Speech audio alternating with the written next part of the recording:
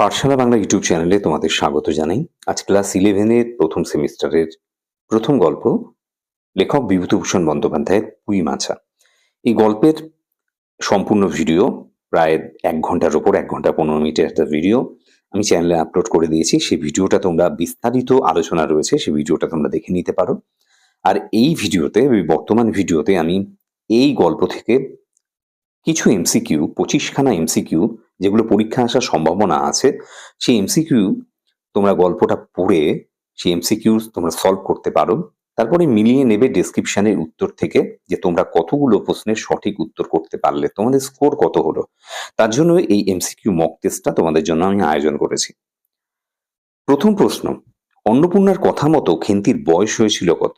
12 বছর, 13 বছর, 14 বছর না 15 বছর? এই আমি বলি না জানি কি ব্যাপার, একথা বলার সময় সহায় হরির কথায় ছিল ঔদ্ধত্য, অহংকার, তাচ্ছিল্যের ভাব না স্বস্তির ভাব? সহায় হরিকে একঘরে করতে উদ্যোগ নিয়েছিল কে? কালীময় ঠাকুর, কালীধন ঠাকুর, বিষ্ণু সরকার, শ্রীমন্ত মজুমদার?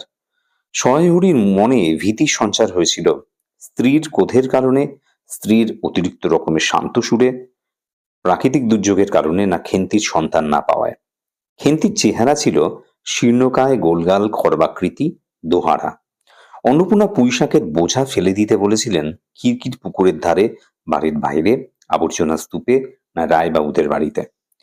পুঁইশাকের বোঝা অন্নপূর্ণা ফেলে দিতে বলেছিলেন সহায় হরিকে, খেন্তিকে, রাধিকে না পুটিকে? মুখুজ্জে বাড়ির ছোট মেয়ের নাম কি? দুর্গা, লক্ষ্মী, পুটি না কেটি? আমড়া গাছের ডালে ডালে ঘুরে বেড়াচ্ছিল একটা লম্বা ল্যাজ ঝোলা ফিঙে পাখি, একটা ল্যাজ ঝোলা হলদে পাখি, একটা লম্বা ঠোঁট বিশিষ্ট কাঠঠোকরা, কুচকুচে কালো একটা কাক। রান্না করার সময় অন্নপূর্ণার মনে পড়েছিল বড় মেয়ের মুখের কাতর দৃষ্টি, খেন্তির বিয়ে না হওয়ার দুশ্চিন্তা, সহায় হরির সংসারে অমনোযোগ, গ্রামের লোকেদের কথাবার্তা। কালীমা যার কথা উল্লেখ করেছিলেন, কেষ্ট চাটুর্যে, কেষ্ট ভট্টাচার্য, কেষ্ট মুখুজ্জে, রায়বাবু। এক্ষুনি যাবো আর আসবো, খেন্তি যেখানে যাওয়ার কথা বলেছে। ফুল তুলতে মুখুজ্জেদের বাড়িতে, রায়বাবুদের বাড়িতে না স্নান করতে? খেন্তির জন্য সহায় হরির কিনে দেওয়া জামার দাম ছিল 2.5 টাকা, 3 টাকা, 5 টাকা না 10 টাকা? ময়সা চৌকিদার সহায় হরিকে যা বলে সম্বোধন করেছিল, বাবা ঠাকুর, দাদা ঠাকুর, বাবা মশাই না দাদা মশাই? খেন্তির মুখ শুকাইয়া গেল।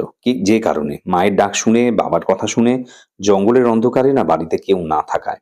খেন্তির বিয়ে হয়েছিল মাঘ মাসের 2য় সপ্তাহে, ফাল্গুন মাসের শুরুতে, বৈশাখ মাসের প্রথম দিকে না আষাঢ়ের শেষ দিকে? তোর বাবা তোর বাড়ি যাবে কেন রে, কথা বলেছিলেন বিষ্ণু সরকার, কালীময় ঠাকুর, ও পাড়ার ঠান্দিদি না অন্নপূর্ণা?